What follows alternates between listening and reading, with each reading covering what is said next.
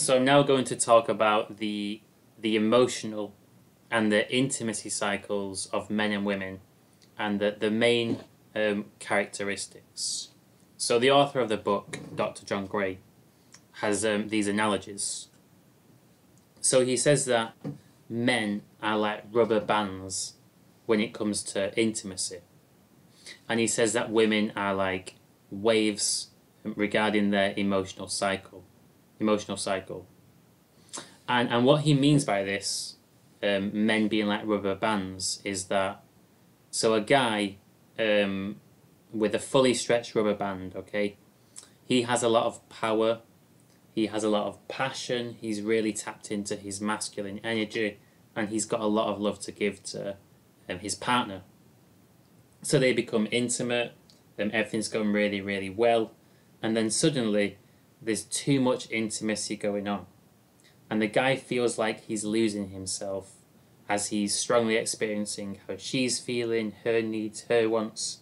He feels that he's losing his sense of identity, his autonomy, his independence, his autonomy. Find that word hard to say for some reason. So what a man instinctively does is pull away from the woman. So it's as if his rubber band initially was fully stretched out, and then as he was getting more and more and more intimate, his rubber band started to contract, and he lost his power, his sense of self. So in order to recharge his batteries, to reinvigorate his passion, he instinctively pulls away. So his rubber band becomes fully stretched again, so he's now ready for another cycle. So basically what this means is that men oscillate between autonomy, which is where they want some me time, they want some time in their cave and processing stuff just by themselves, and that really recharges guys with the masculine energy. And then they oscillate between this particular pole where they're recharging the batteries and feeling independent. They oscillate between this and then intimacy at the other end of the spectrum. So a man with a fully charged rubber band, they say abstinence makes the heart grows fonder. So he really feels the passion for his partner. He feels that love for his partner, and he feels strong. So he's able to get closer, experience more and more and more intimacy, but eventually a level of intimacy is reached where he instinctively pulls away because he feels that he's losing himself, and he has this urge to be autonomous and reconnect to his masculine energy. This is completely normal and natural, and is a cycle that occurs in every guy, and it should be allowed the space to breathe. It should be respected.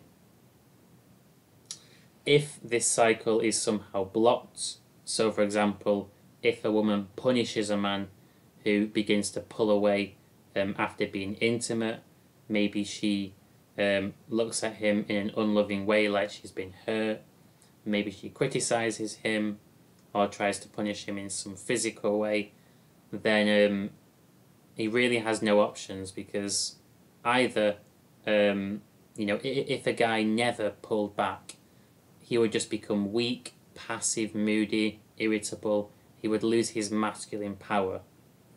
So this cycle really needs to be respected and to bring out the best in guys in relationships.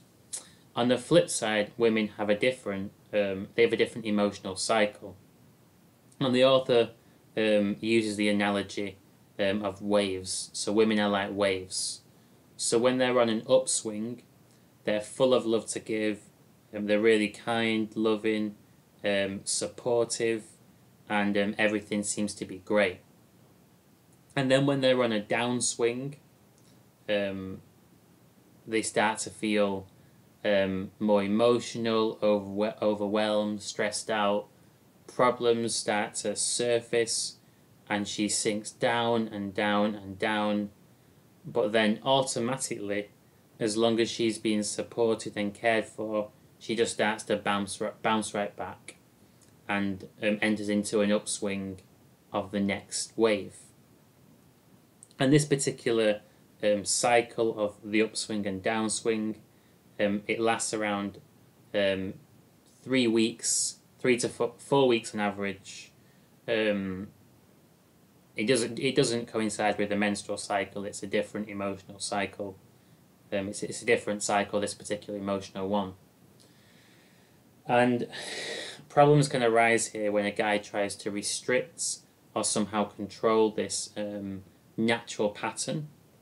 So when he notices his partner feeling down and tries to fix her problems, invalidate her feelings, say that she shouldn't be upset, this really just makes matters worse. She has to be allowed to experience the negative feelings, the painful feelings, and feel supported, feel safe, to then bounce back and feel the positive feelings. So in a way you could say that when a guy is experiencing autonomy and he's in his cave, he's processing the negative feelings that he needs to process in order to then be open to feel the positive feelings. And in the same way, when a woman is experiencing the negative feelings and processing, going through the emotional healing, this allows her to then feel the maximum amount of positive feelings when she's on the upswing of her emotional wave. So the key take home here is to respect these natural cycles that occur in men and women. Don't try to block them. Be understanding and aware of them, and this can again massively reduce confrontation, which occurs due to miscommunication and misunderstanding. So men and women, they have different primary love needs. They have 6 primary love needs each, and they're both different.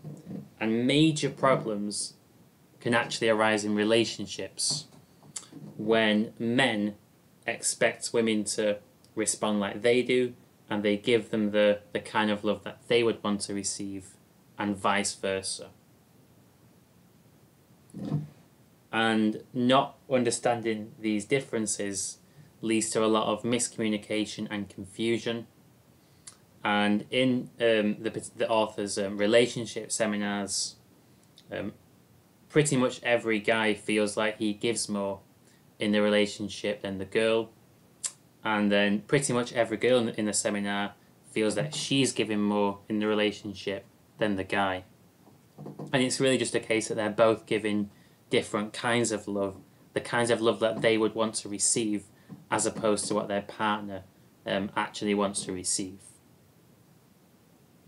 So the idea is that if a man fulfills each of his partner's 6 primary love needs, then his will automatically get fulfilled as well, because they're 2 sides of the same coin. And also, once the primary love needs are met, then secondary love needs can also be met. But if a primary love need is not being met, there's going to be so much tension, animosity and resistance that the relationship will just break apart. So if a man can show that he really cares for his partner, so he cares for her well-being, and she feels that she's really being loved and treated in this particular way, she begins to trust him more.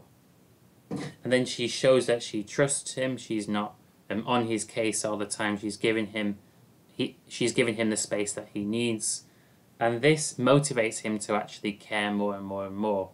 So it's a win-win relationship. In a similar way, when a man can show that he's really listening to his partner and truly trying to understand exactly what she's feeling, exactly what she's saying, then it's very, very easy for the woman to actually accept her partner, to make him feel that he is enough as he is, doesn't need to, there's no need to try and change him, and he feels a lot happier, and it's a lot easier for him to listen. Whereas if he felt that he wasn't being accepted as he was, and he was being expected to change all the time, then he would have a hard time sitting there and listening. So both of these, it's a two-way street, and you can't really have one primary love need met without the other, because if one's being completely neglected, then there's going to be something off in the relationship.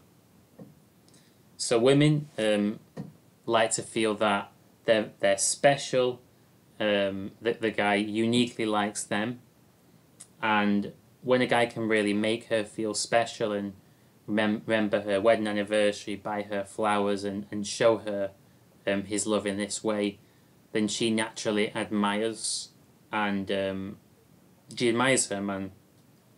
She really views him highly, holds him with high regard, and he really responds to this well. And both of these behaviours really empower the best from both the opposite sexes. So there's also other primary love needs as well. So while women need to be shown that they're respected, their wishes, desires and needs, their thoughts and feelings are being taken into consideration, men need to feel that they're being appreciated, their efforts are having a positive impact, and they're not being taken for granted. Women need to feel that they're being validated, and the man is supportive of her, whether she's in an upswing and she's feeling good, or maybe she's on a downswing of her wave and she isn't feeling particularly great. She needs to feel validated. And when she feels validated, it's much easier for her to approve of her partner, to make him feel that he's enough as he is, and this really goes a long way to motivating him further. And women also need to be regularly reassured that they're still loved and they're still cared for. Guys can mistakenly assume that once they've told a woman that they like her, it's job done. No need to say the same thing again. But women do need the reassurance. And when they feel that they're getting the reassurance, they naturally reply by encouraging their partner. So really, if you're struggling in your relationship, if you focus on fulfilling the primary love needs of your partner and make sure that you're really hitting all of them, then it's very likely that the reciprocal love need will also be met. So this is a really useful model. And if the primary love needs are not being met, then secondary love needs will not be received at all. So of course it's true that men and women, so women for example, they don't just require caring, they also require trust. But if they don't feel cared for, showing them that you trust them really doesn't mean that much. And the same for a guy. If a guy feels that he's not being trusted and he's given no space at all, even if you show him that you care, it's not really going to count because he needs to feel trusted first. So for this reason, they're referred to as the primary love needs.